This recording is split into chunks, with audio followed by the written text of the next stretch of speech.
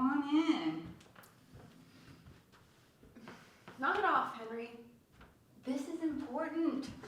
You can't get to the philosophy of the mind unless you have imagery. It's the same old me, Henry. All right, you're right. Same old you. I'll give you my full attention. Marcy, what's up? It's the same old you, Henry. You've been saying things like that for 20 years. Because for 20 years, you've been telling me it's the same old you, and then when you come into a room, I should give you my full attention so that we can connect as human beings. And I get that. Look, I've added in, like, music into, like, the philosophy of giving someone the correct name of a city. See? I'm growing because of you. I used to think you meant it. Now I know different. Okay, well, that's a little devastating. Let's change the channel, Henry. Something's come up. You just slammed that I haven't changed 20 years of growth. That's a little devastating to hear this early in the morning. Fine. Change the subject. What do you want to talk about? Judy Miller. What about her? It's okay. Not the brightest bulb, but whatever. You know that's what I'm here to talk about, Henry. That she's not the brightest bulb. I don't know how they let her into this college. I feel like her parents probably gave us a whole lot of money that we don't know about. Probably to the sports stadium. You have 2 courses, Henry. And there are relatively few students in each. Well, I mean, mathematics of geography is not the easiest course to sell, but I think it's a good one. I mean, learning how math is a part of the layout of the lands. See, you're nodding your head, but you don't really believe that. Fine. You know what? When I pitched this idea 3 years ago, you should have told me it was stupid then. But you didn't, and so now here I am. Now let's focus, please, on the issue. Judy Miller. I assume she's the issue because she is not a bright bulb. She is not a flower that grows. I understand. I have watered her with knowledge, and she is like a succulent that just shrivels up from too much nurturing. Yes, please. I understand that she has brought in a new version. Yes. She brought in an actual succulent when I told her she was drying up. Do you understand what that is? To see like this little succulent that is dead. It was like this. It was falling all over. Well, she brought one into me as well. She brought you a dead succulent? A third. A third succulent? She gave someone else a succulent as well? Good God. She's just killer of plants now. Henry, it's not bad. It's not bad to kill plants? It's longer. It's getting better. That's good. See? Plants are resilient. Humans, not so much for plants. I mean, if we could only have as little water as a succulent. It's now at least a play. Would you put this together as a play? Or is it she making a play? She's making a play to graduate when she shouldn't because she is dim. Henry, she's trying. Is she? I feel like she got a free ride for a very long time. And now she's here. And what am I supposed to do with that? Are you going to smoke in my classroom? I told you, this is the 20th century. You should not smoke anymore. That's like a 1950s terrible look on a female to look attractive. Sometimes. Yes, sometimes some women look attractive doing it. You are not one of them. I'm sorry, it's just not a thing that looks good anymore. I smoke, Henry, when I find myself caught in the middle of something, which seems to be the case a great deal lately with this job. And since you're staring at me, I'm assuming that I am part of the sandwich that you were calling middle. I am one piece of the bread, and extrapolating from the data that you've given to me so far, Judy Miller is the other piece of bread. Sometimes I wish I could. Okay, finish the sentence. I'm listening. You say I never listen, and here I am, listening, full throttle. What could you wish? You wish you were never friends with me? You wish you had a bigger house? You wish you picked a different job. You wish you had stopped smoking. You win. Now let me win one. Okay. How can I help you win one?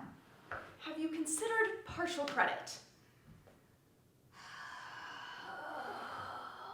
Partial credit is like the rich man's buy-in. Okay? You give partial credit to someone, it means they didn't really do the job.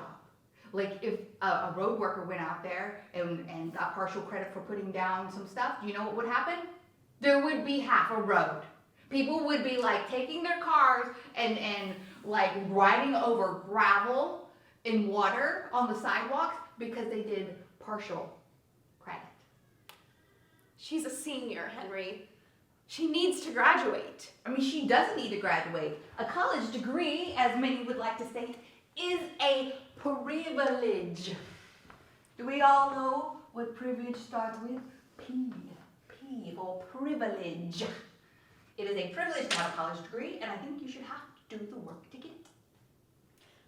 I'm sorry, Henry, but this is gathering a lot of attention. Well, yeah, and that is why I believe her family gave us money. You know, when I flunked Connie out, no one said a word. They were like, good riddance. She didn't learn anything, she shouldn't get anything. But Judy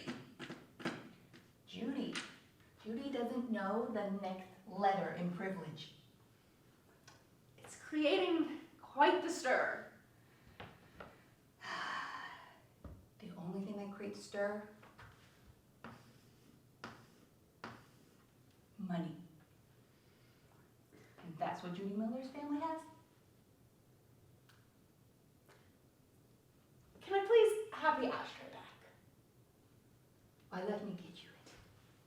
I would like it back, Henry. I don't want to tap ash all over your floor. I mean, you've already tapped part of it on the floor.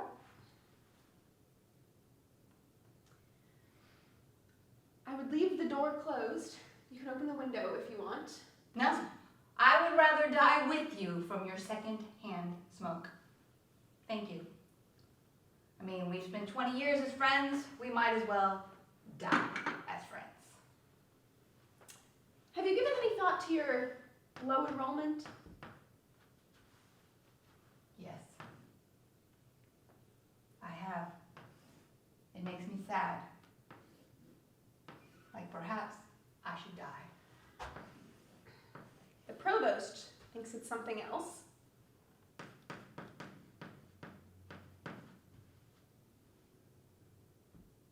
Does he? I mean, he hasn't talked to me in 3 years, ever since I told his wife that dress did not look flattering. No, it's something else, Henry. Huh? Really? I find people have a very short attention span, and it just comes festers and festers. Over the years, there have been some complaints about you, Henry. There's been complaints about everyone. You cannot live a life without having a complaint about you. That's how society works. We complain about each other. No, it's something else. No, I'm pretty sure it's that. I mean, when you remember when you were bringing tuna sandwiches, all of the faculty complained about your tuna sandwiches. You would leave them sitting in the faculty lounge, out, heating up, because you said you liked room temperature tuna fish. Nobody likes room temperature tuna fish. That's the kind of thing that like drives you to the bathroom in the middle of the afternoon, which it did for 3 months. Over the years, Henry, students have complained that you're biased. I am biased. Every human being is biased. We are made up of all the things that we've done previously, have encountered, which has then therefore made us biased. Prejudiced. I would not go that far. I would say I'm just biased. Anti-Semitic, Henry. No, you cannot be anti-Semitic when you have a little bit of Jew inside of you. My grandmother is Jewish, therefore I cannot be anti-Semitic. That would be self-hatred, which I believe I do have, but not anti-Semitic. There's been a pattern of complaints, Henry. There's always a pattern. It's called math. we were to take a formula, we would know that it actually applies to every single person in the world. The same amount of complaints I get, mine are just written down. Other people don't have the capacity to write stuff down. Therefore, we don't notice that, say that worker at McDonald's has the same number of complaints about them, but no one writes it down. That's a good one. You make certain remarks in class, Henry, which the students pass on. Well, they should. That's called the continuation of knowledge. I agree. Okay. So see, when I put out information, they consume it and then reiterate it or come up with their own concepts on it. I'm pressing people to think. In college, we should press people to think, don't you agree? I think you're right. Okay. That's probably the nicest thing you said to me this morning. Oh, Henry, hold on. put your ashtray over here.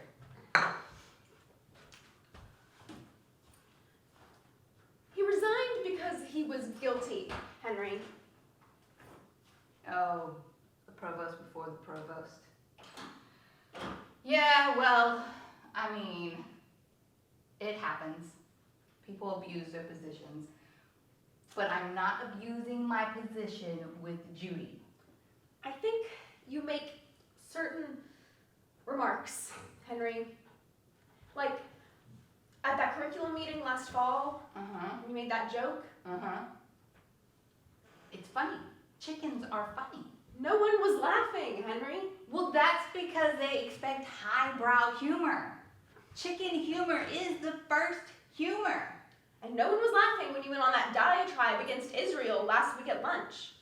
Because it's in the news. I know it's getting pushed under, but I mean, when you're barring people from going to countries and all, it's important to discuss it in a rational manner. I don't believe you would define it as a diatribe. That's like overstating something. I'm Jewish, Henry. Okay. Well, I am. And I already told you, I'm like a fourth Jewish. And so is Judy Miller. Okay. Oh, so because you guys are full Jewish, you have the right to be mean to me. Like, I'm not really a Jew because I'm just a quarter and I wasn't raised in the religious faith. I just think that so there's no misunderstanding. Oh yeah, there's a misunderstanding here. I have a right to my own heritage as well. Just because my family decided to block me from it isn't my fault. It might be a good idea to give Judy Miller a grade for what she's done.